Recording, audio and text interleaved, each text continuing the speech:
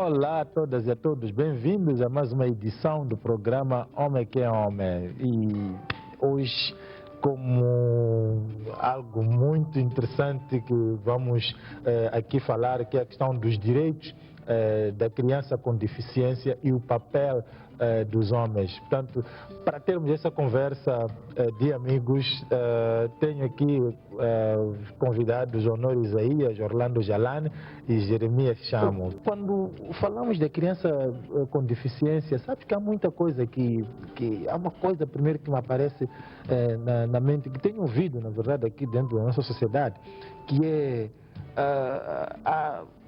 se aparecer uma criança com deficiência é porque há alguma maldição aqui no meio. O que é que tu achas dessa questão? A mim isso me dói quando ouço, mas enfim, o que é que tu achas dessa questão, Honor? Bom, eu acho que é um tema pertinente e de facto há muitos mitos que estão ao redor desta questão, mas uma questão particular é que normalmente se culpabiliza a mulher, né? Quando se fala dessa maldição, que há de ser porque a mulher ou fez alguma coisa, mas a maldição sempre recai para a parte feminina, não para a parte do pai. Em alguns relatos que eu ouvi, chega-se mesmo a acusar a mulher que não é esta mulher que você casou, que só traz filhos, ou seja, é como se a mulher fosse uma fábrica que não faz bem as coisas, entendeu? Então há esta questão aqui, que cultural ou não, mas que é preciso que a gente mostre que as deficiências elas ocorrem por várias formações genéticas e por outras questões, enfim, mas não é uma questão meramente da culpa da mulher que essas coisas acontecem. Nós vamos ter que trabalhar muito, a sociedade tem que trabalhar muito para que a gente possa explicar. É evidentemente que toda a sociedade quer uma explicação para qualquer fenômeno que ela ocorre. Quando ela não consegue arranjar uma explicação óbvia, ela vai recorrer sempre a algum tipo de justificativas. E muitas das vezes recorrendo à superstição. A superstição, né? O homem não consegue ver sem resposta. Né? E quando vamos para a superstição, parece que quem sai mais em vantagem é sempre o homem, não é? Sim, porque eu sempre digo assim que o homem é feito a imagem perfeita, não é? O homem sempre é perfeito, nem se pretende que assim seja.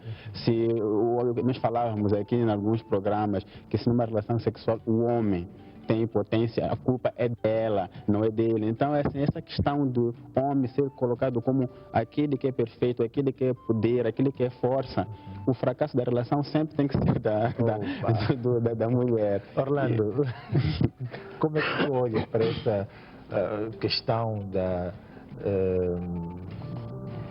de superstição, né? Trazer esta questão da maldição que a sociedade muitas das vezes traz quando temos uma situação de criança com deficiência na casa?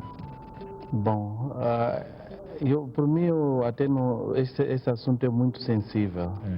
É muito sensível no sentido em que o facto de dizermos que esta criança portadora de deficiência não é normal é uma construção, ok? Porque a nossa expectativa nós idealizamos uma pessoa normal de uma maneira como que a sociedade aceita. Mas quem diz que esta criança que nasce com deficiência, quando ela é bem acolhida, é bem acompanhada, não faz a mesma coisa que o indivíduo que chamaríamos normal faz? Essa questão de normal, quer dizer, eu não queria entrar nisso porque trazemos o estigma. Exato. Trazemos o estigma, trazemos a discriminação e limitamos a possibilidade deste indivíduo crescer dentro dos seus direitos e também vir a ser um cidadão que pode ser alguém que transforma esta sociedade, porque nós temos padrões sociais que limitam a participação deles. Então, para mim, não queria... Agora, na relação aos tabus, sim. Onde que a ciência não chega, o senso comum vaza, se esbate para poder explicar. Então, o que nós temos que fazer é tentar trazer o conhecimento científico, tentar ajudar as pessoas a ultrapassar. Hoje em dia, as sociedades modernas tendem a afastar-se muito desse estigma, desse tipo de interpretação.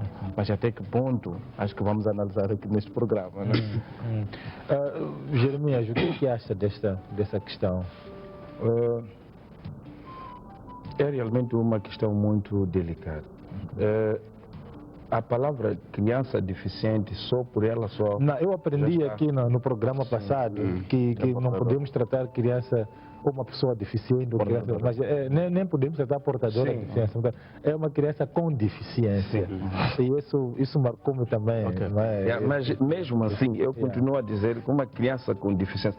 Me vê o quê? Me aparece uma máquina, por exemplo, de bater blocos. Blocos quebrados são deficientes. E a palavra dizer criança com deficiência ou deficiente, etc, etc, provavelmente se arranjássemos uma expressão, há aqueles que recorrem para a expressão que diz crianças com necessidades especiais. Talvez essa atenua um bocadinho, porque dizer uma criança deficiente, então logo estamos a dizer que é para essa criança que é surda, é muda, etc. São aquelas expressões estigmatizadoras. Então, se se dissesse uma outra o colega estava a perguntar aqui quem disse quais são os padrões de uma pessoa perfeita, o que é perfeito, e estava a insistir que realmente... Eu tenho a tendência a dizer que eu sou normal, até que ponto eu sou normal? Portanto, o que diz que eu sou normal? É um pouco estigmatizante o indivíduo dizer criança com...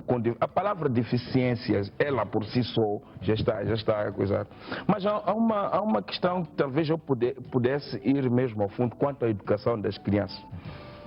Eu não sei se nas questões que hão de vir aí são de acontecer.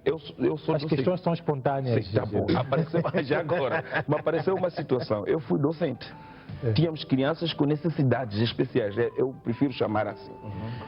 Era difícil lidar com esta criança, porque algumas necessidades especiais são mesmo necessidades super especiais. Uma criança, por exemplo, que não consegue manejar ou tem problemas de guardar conceitos, ou enfim, com umas necessidades terríveis, mas nós não estamos preparados para lidar ou para um dia qualquer reduzir o índice ou seja, não sei, enfim... Sim, mas Jeremias, o que acha? Porque estamos aqui perante um fenômeno em que muitas das vezes se diz que se temos uma criança nessa situação é porque há uma maldição no meio. Então, e por via disso é condenada muitas das vezes a mulher, é condenada também a própria criança que está nessa situação. Então, o que tu achas dessa coisa? É muito mal. Deixa-me recorrer a alguns tribos, por exemplo, os brasileiros, quando as crianças nascem com essas necessidades especiais, são automaticamente mortas mesmo, enterradas. Então há um narcisismo, não sei se é essa expressão, de tentar esperar que uma pessoa normal é aquela que é robusta, que nem o Gil, que é mais grande, enfim. Eu ainda tenho uma barriguinha, eu não sei se sou normal. Então, quando uma criança não nasce com aqueles padrões que se julgam, então são aniquiladas. É um grau mais péssimo de tratar os assuntos. Mas até aqui em Moçambique temos essa estigmatização, que então se acusa alguém que provavelmente é por causa de feitiçaria ou porque a incubadora dela, onde se faz a criança, não está bem, enfim, até porque há rompimentos, porque há pontos em que a criança é mandada embora, é deixada, é escondida, essa lá é apanhada. Mas tu acreditas que de facto haja alguma maldição aqui no meio? Como maldição? Isso é natural. É muito natural, é por isso que não se pode até se chamar de crianças deficientes. É natural. Então as pessoas iriam dizer que eu sou deficiente, tenho cabeça grande em relação às vossas cabeças. Iríamos dizer que é deficiente porque provavelmente é mais alto em relação a nós. Então é muito natural que as pessoas possam nascer com necessidades especiais. Eu queria retomar essa questão de facto que o normal, o patológico, o deficiente. Primeiro, retomando essa questão, quem disse que o que é normal, o que é... E a deficiência sempre se constrói a partir de alguma coisa padronizada. E que esse padrão nós construímos socialmente. Sim. É importante percebermos a palavra deficiência, que é da não eficiência. Sim. Deste ponto de partida, eu só chamaria deficiente a não eficiência. Se um sujeito tem 6 dedos no pé esquerdo, eu diria é deficiente porque tem 6 dedos, mas funcionalmente, o que é que o torna diferente do outro? Nada. Não, nós tivemos Então, a aqui questão exemplos importante, de exato. pessoas, por exemplo, que diziam, o Abubakar, que esteve aqui no programa anterior, ele dava exemplo de uma pessoa que está na Beira, na cidade da Beira, no centro do país, que não penso que tem uma deficiência, como se diz, no braço, na perna, mas que é um dos melhores guarda-redes. Exato. Né? Então, Eu acho ele que é por na aí. baliza não passa a bola, então, justamente para reforçar essa questão. O que nós temos que discutir aqui assim, é analisarmos a questão da funcionalidade, como dizia, assim, até que ponto um sujeito que não tem um braço é ou não é funcional. Até em algum momento, eu acho que nós precisamos conhecer essas limitações ou no sentido de podermos, porque o mundo ele é construído a partir de regras coletivas, né? Quer dizer, vamos jogar a bola com as 2 pernas. Eu acho que nós temos que conhecer isso aqui porque há algumas pessoas que têm certas incapacidades ou certas dificuldades, não podem correr no mesmo ritmo em função dessas alterações ou no seu funcionamento. O importante é nós analisarmos sempre a funcionalidade, se essas pessoas conseguem responder às funções, ou seja, superar aquelas barreiras que são impostas pela natureza. Como é que as pessoas podem superar? Isso é o mais importante, porque nós já temos visto muitas pessoas, aliás, pela imprensa, ou pelo jornal, ou pela televisão, pessoas que não tendo membros estão aí a navegar na internet usando os braços, as pessoas que vão, usando as pernas e não obstante até conduzem. Quer dizer, como as pessoas devem superar? Sim. Mais eficientes do que aqueles que se querem. Exatamente. O que se quer mesmo é quebrar esta barreira de deficiente, dessa expressão, que um pouco, bem, eu até nem posso culpar a ninguém por causa dessa expressão de deficiente, mas provavelmente como treinar as pessoas para que superem e para que consigam produzir o seu autossustento, como é que as pessoas podem sair dessa? Mas, por exemplo, aqui estamos a falar precisamente da criança, nessas condições, que quer dizer, a partida já é uma criança, é dependente dos seus progenitores, dependente dos seus pais, né? Então, Orlando...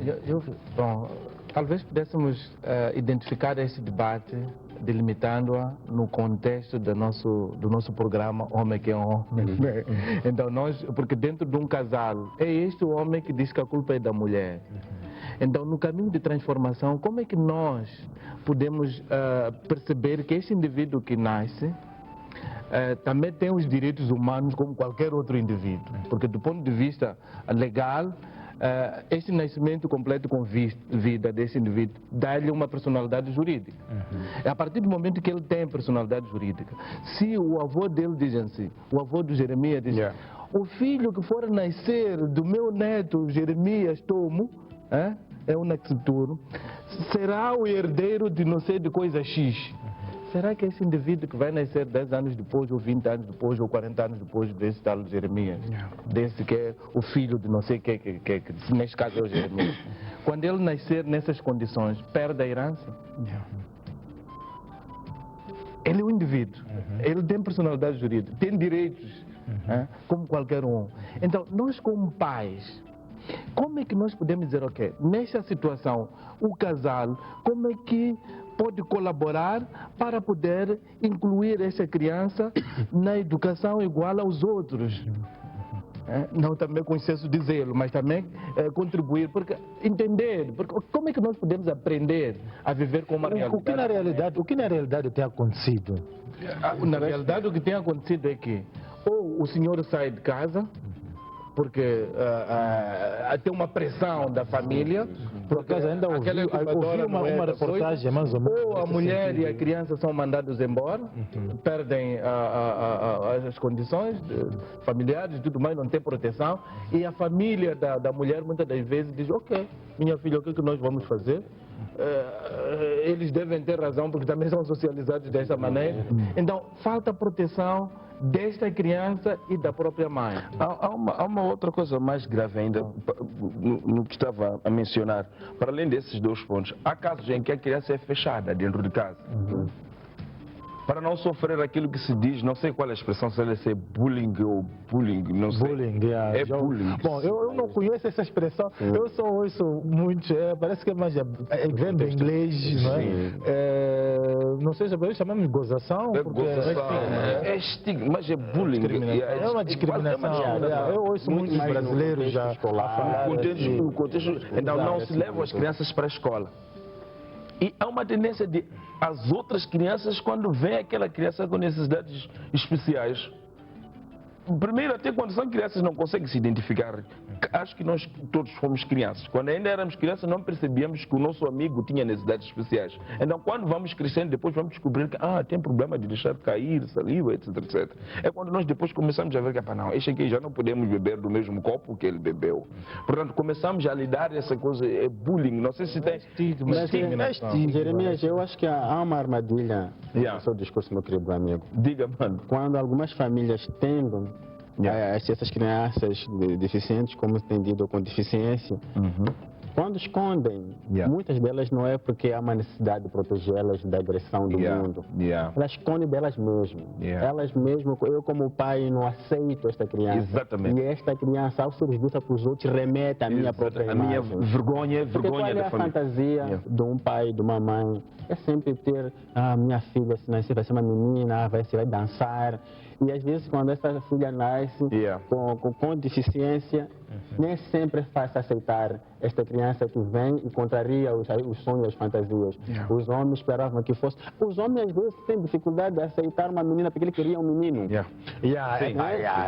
Às vezes tem dificuldade porque eu estava a ver um menino para irmos jogar o futebol e eu tenho dificuldade de aceitar esta menina. Às vezes quando aceito faço de tudo para essa menina se transformar num menino. A minha projeção das fantasias todas começam a ser. Eu acho que em muitas dessas famílias esconde na verdade é a vergonha dela de aceitar essa criança como ela é, não é? Porque remete o olhar da criança. Já estamos a privar essa criança de gozar dos seus direitos. De ser. Por acaso, maior situação é essa que está a dizer.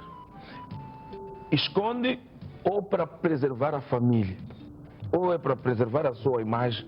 Então não posso sair, estou a ver aquela criança. Quer dizer, eu voltaria a repetir, fica bonitinho levar uma criança com puxinho, etc, etc, para ensinar a dançar balé, jogar futebol. Então quando tem aquela criança, por que isto aqui? E eu ainda até digo mais, vale a pena esses que até escondem. Há pessoas que até acabam mesmo com a criança. É que não vale a pena nada. Não vale a pena esconder o quê? O problema é que a gente não sabe o que o futuro nos reserva. Essa pessoa que nós chamamos normal, a tal filha que a expectativa é casar e ter filhos, pode não ter filhos e essa pode vir a trazer-te netos. Quer dizer, tudo é surpresa. Aquele pode ser um bandido, este pode vir a ser engenheiro.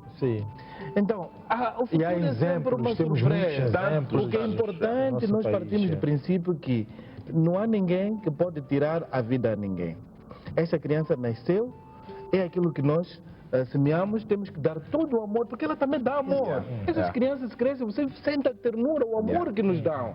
O que nós temos que saber é viver naquele contexto e ajudar elas a crescer e gozar dos seus direitos e não serem consideradas como outras pessoas. E o que é que nós podemos, fazer para chegarmos a ainda hoje vamos atrapalhar a vida.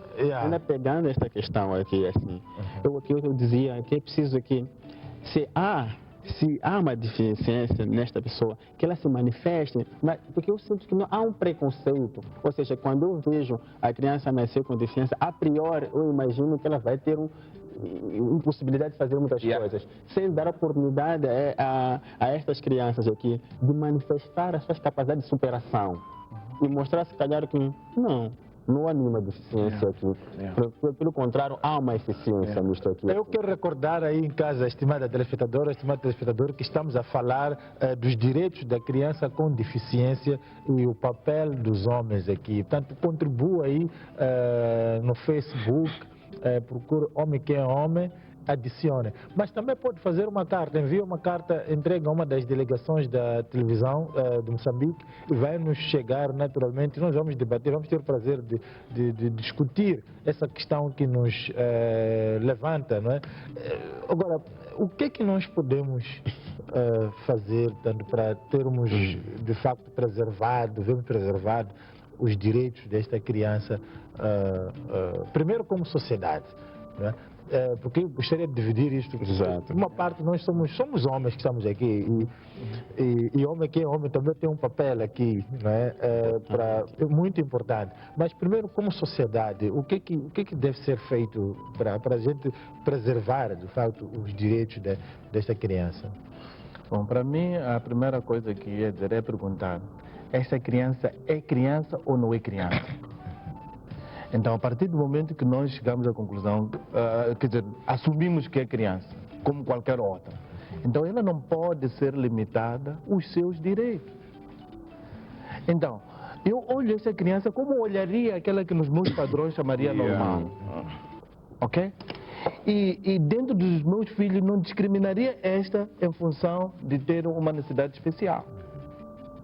Eu, como pai, procuraria aconselhamento de pessoas entendidas na matéria, de como é que podem me ajudar que eu possa, de facto, conviver melhor. Porque às vezes eu tenho que quebrar. Pessoas entendidas na matéria. Tem escolas que trabalham, por exemplo, estamos a falar agora de educação pré-escolar. Então, eu tenho que procurar encontrar estabelecimentos que têm esse ensino pré-escolar e que possam ter educação inclusiva, que enquadra esta criança. Ok? Então, esta seria uma necessidade redobrada da família, criar essas condições. Porque, como diz o Jeremias, é uma necessidade especial.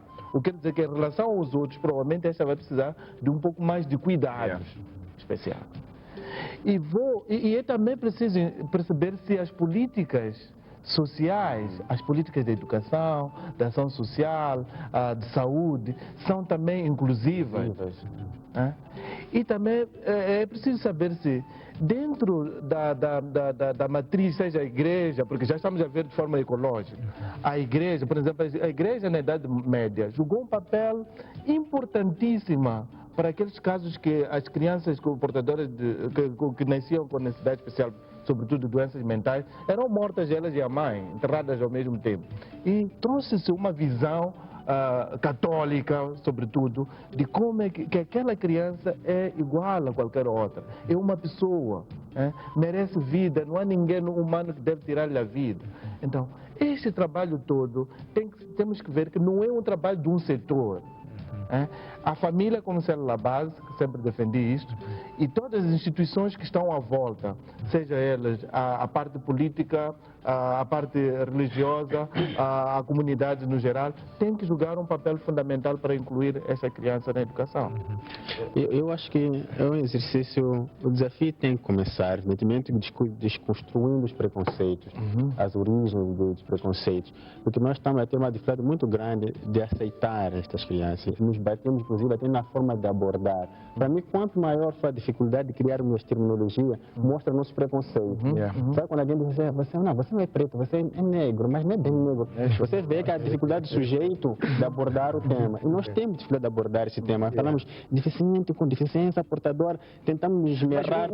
Mas a questão... A terminologia que está sendo usada, né, hoje é criança com deficiência. Com deficiência. É esta terminologia que está a usar. Mas não deixa de ser um tema em si. Claro. Então é preciso desconstruir os preconceitos.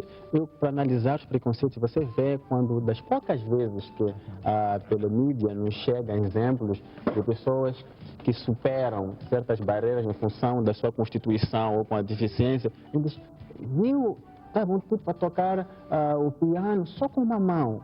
Eu acho que se nós começarmos a desconstruir os preconceitos que existem, dizer que, olha, as pessoas têm que ser analisadas pela sua capacidade de fazer as coisas, pela sua eficiência. E mostrarmos na televisão, mostrarmos nos jornais pessoas que são iguais, porque nós temos referências em casa. Eu tenho que ver meu filho. Honório, deixa-me só. Tu estás-me a dar uma ideia agora que acho que podemos desafiar também a sociedade. Você conhece ou você acha que superou, sente que superou uma determinada situação da sua vida, ou conhece alguém que superou uma situação da sua própria vida, envie-nos uma carta ou envie-nos um e-mail ou escreva para o nosso Facebook na parte das mensagens e conte-nos essa história. Nós teremos o prazer de irmos para aí e fazermos uma reportagem sobre isso. E vamos passar a trazer esses casos. Calhar vamos abrir aqui um espaço que vamos chamar de superação. Não é? Então, mas eu gostava de desafiar aí e convidar as pessoas, porque o que já aconteceu normalmente, o que estou a perceber é que há muitas dessas situações de superação, mas não são conhecidas. Não temos exemplos disso. Temos alguns exemplos muito, digamos, isolados, que achamos que é só aquilo, mas há muito mais nesse país. Então, convido já a nos escrever e nós teremos o prazer de irmos até a sua casa, ao seu local de trabalho, ou onde quer que você esteja, para trazermos esse exemplo ao vivo, aqui no programa Homem que é Homem. Orlando queria dizer alguma coisa. Quer dizer, eu pelo menos identifico-me mais com a expressão de necessidades especiais. Não estamos a querer discutir terminologia. Necessidade especial, para mim, esta deve me parecer mais livre de estigma. Agora, também queria dizer, não estou a falar de criança, um exemplo que me aconteceu há 2 semanas. Eu estava em Nampula a dar uma formação ao grupo da DEMO, que é de pessoas portadoras, é uma associação. E foi tão fantástico, nós cantávamos, nós dançávamos, quer dizer, foi tão bonito trabalhar com aquela gente e discutíamos, debatíamos temas de desenvolvimento organizacional de uma forma bem exposta, quer dizer, eu olhava para aquelas pessoas, quer dizer, para mim não senti que estava a trabalhar com pessoas com necessidades especiais. Quer dizer, até já trabalhei com grupos de tais pessoas que chamamos normais, que não estavam ao mesmo nível de debate que aquelas pessoas. Se calhar o que nós temos que tirar é normal. Vamos tirar o normal. Somos todos normais. O deficiente é muito forte. Normalmente, assim, se você sair, vai para uma comunidade para ir trabalhar com algumas pessoas. Quando volta, a tendência é dizer que não estava a trabalhar com um grupo de deficientes. Mas se não fossem, tu não dirias isso, a referência seria outra. Então, vê-se que esta questão aqui assim, está muito impregnada. E depois, com os preconceitos todos que estão lá, nós precisamos desconstruir, não é? Sim, Jeremias. Lançou uma questão aqui, como olhamos isto como sociedade e como pessoas singulares, né? Eu tenho tido sorte de assistir debates que têm a ver com pessoas com necessidades especiais, e o maior grito que eles têm dado é que a sociedade lhes tem excluído, não é? Partindo de onde? Por exemplo, vamos lá. A maior parte das pessoas, para virem à cidade, onde é o centro dos acontecimentos, a maior parte dos acontecimentos, tem que usar meio de transporte que é chapa. É ali onde mora a estigmatização. A partir do próprio carro não está trabalhado para receber pessoas com necessidades especiais.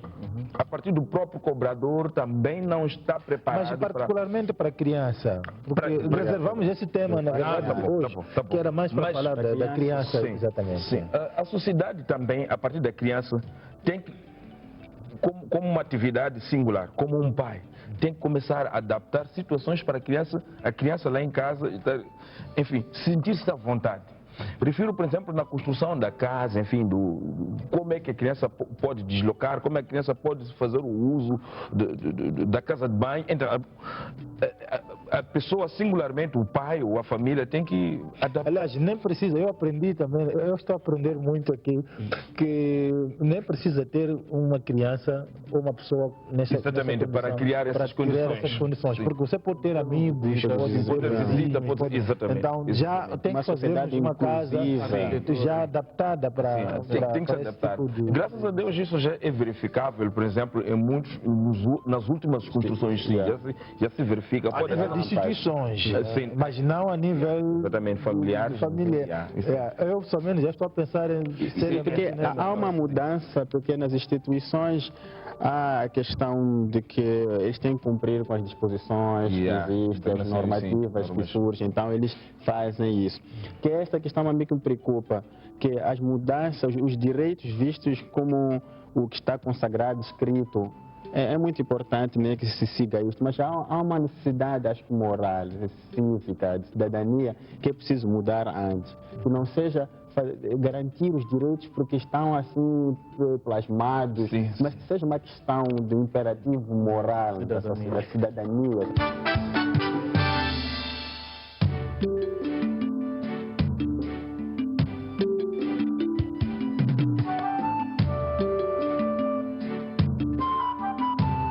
Voltando à nossa discussão de hoje, que é a questão dos direitos, nós estamos aqui a olhar já naquela perspectiva do que nós podemos fazer para realmente preservarmos os direitos desta criança e sobretudo, já voltado para nós que somos homens, né? Porque nós homens temos um papel. Já falamos aqui no início que até muitas das vezes quando acontece isso, somos os primeiros a pular fora. Exato. Abandonamos as mulheres porque estão naquela situação e crucificamos as mulheres, portanto, porque temos essa situação e nós continuamos aí. Continuamos. Porque temos um papel aqui. Temos, então somos parte também deste problema.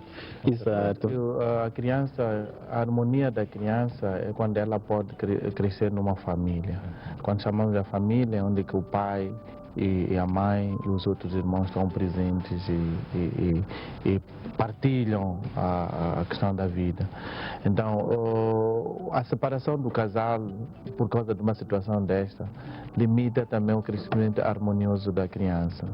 Eu acho que uma das coisas que temos que fazer é fazer a revisão da vida e sentir que, de facto, tudo que nós temos são tabus, são construções sociais, que não são coisas, digamos, biológicas, dizer, que nós podemos, a qualquer momento, caminhar, experimentar para uma mudança positiva.